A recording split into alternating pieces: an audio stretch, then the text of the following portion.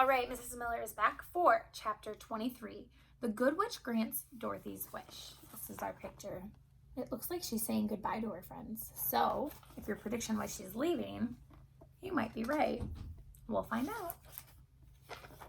Before they went to see Glinda, however, they were taken to a room of the castle where Dorothy washed her face and combed her hair, and the lion shook the dust out of his mane, and the scarecrow patted himself into his best shape, and the woodsman polished his tin and oiled his joints. When they were all quite presentable, they followed the soldier girl into the big room where the witch Glinda sat upon a throne of rubies. She was both beautiful and young to their eyes. Her hair was a rich red in color and fell in flowing ringlets over her shoulders. Her dress was pure white, but her eyes were blue, and they looked kindly upon the little girl. "What can I do for you, my child?" she asked. Dorothy told the witch all her story, how the cyclone had brought her to the land of Oz, how she had found her companions, and of the wonderful adventures they had met with. "My greatest wish now," she added, "is to get back to Kansas to Aunt Em. For Aunt Em will surely think something dreadful has happened to me, and that will make her put on mourning. And unless the crops are better this year than they were last, I am sure Uncle Henry cannot afford it." Glinda leaned forward and kissed the sweet upturned face of the loving little girl. "Bless your dear heart," she said. "I am sure I can tell you of a way to get back to Kansas." Then she added, "But if I do, you must give me the golden cap." "Willingly," exclaimed Dorothy. "Indeed, it is of no use to me now, and when you have it, you can command the winged monkeys 3 times. And I think I shall need their service for just those 3 times, answered Glinda, smiling. Dorothy then gave her the golden cap, and the witch said to the scarecrow, "What will you do when Dorothy has left us?" "I will return to the Emerald City," he replied, "for Oz has made me a ruler and the people like me. The only thing that worries me is how to cross the hill of the Hammerheads. By means of the golden cap, I shall command the winged monkeys to carry you to the gates of the Emerald City," said Glinda, "for it would be a shame to deprive the people of so wonderful a ruler." "Am I really wonderful?" asked the scarecrow. "You are unusual," said Glinda. Turning to the Tin Woodsman, she asked, "What will become of you when Dorothy leaves this country?" He leaned on his axe and thought for a moment, and then he said, "The Winkies were very kind to me and wanted me to rule over them after the Wicked Witch died.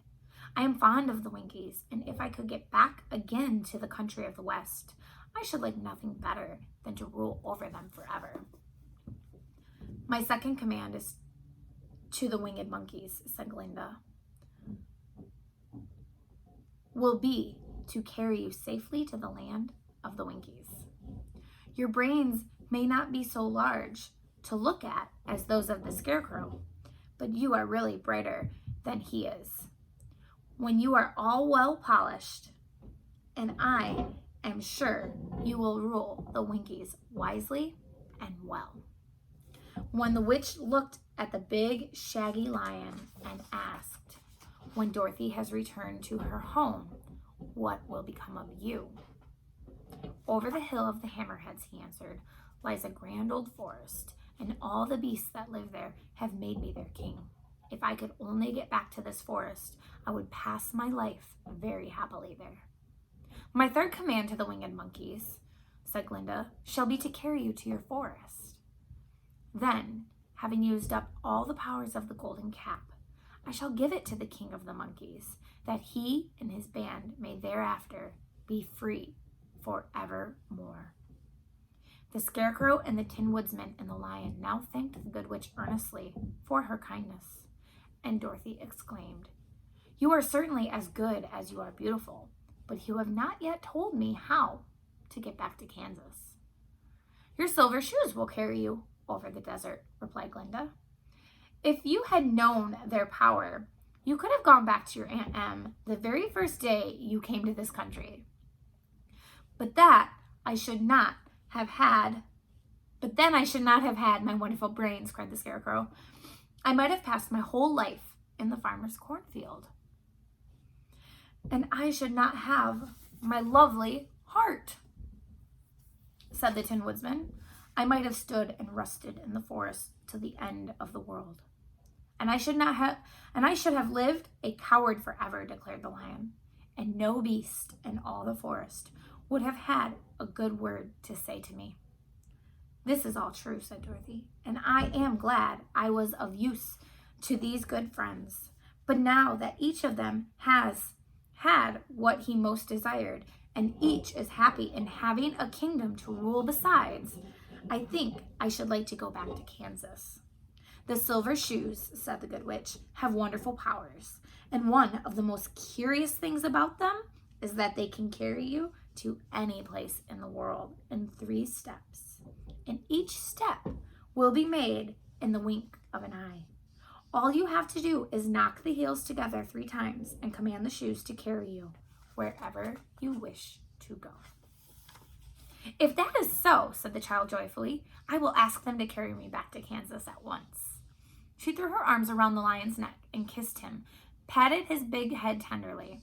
Then she kissed the Tin Woodsman, who was weeping in the way most dangerous to his joints.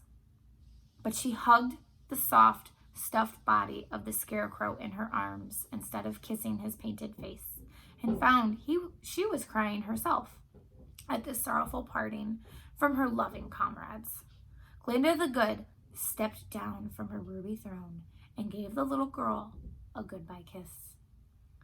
And Dorothy thanked her for all the kindness she had shown to her friends and herself.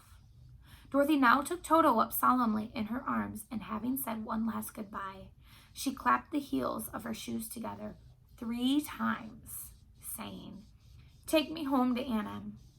Instantly, she was whirled through the air so swiftly that all she could see or feel was the wind whistling past her ears. The silver shoes took but 3 steps, and then she stopped so suddenly that she rolled over upon the grass several times before she knew where she was. At length, however, she sat up and looked about her. Good gracious, she cried, for she was sitting in the broad Kansas prairie, and just before her was the new farmhouse Uncle Henry built after the cyclone had carried away the old one. Uncle Henry was milking the cows in the barnyard, and Toto had jumped out of her arms and was running toward the barn, barking joyously. Dorothy stood up and found she was in her stocking feet, for the silver shoes had fallen off in her flight through the air and were lost forever in the desert.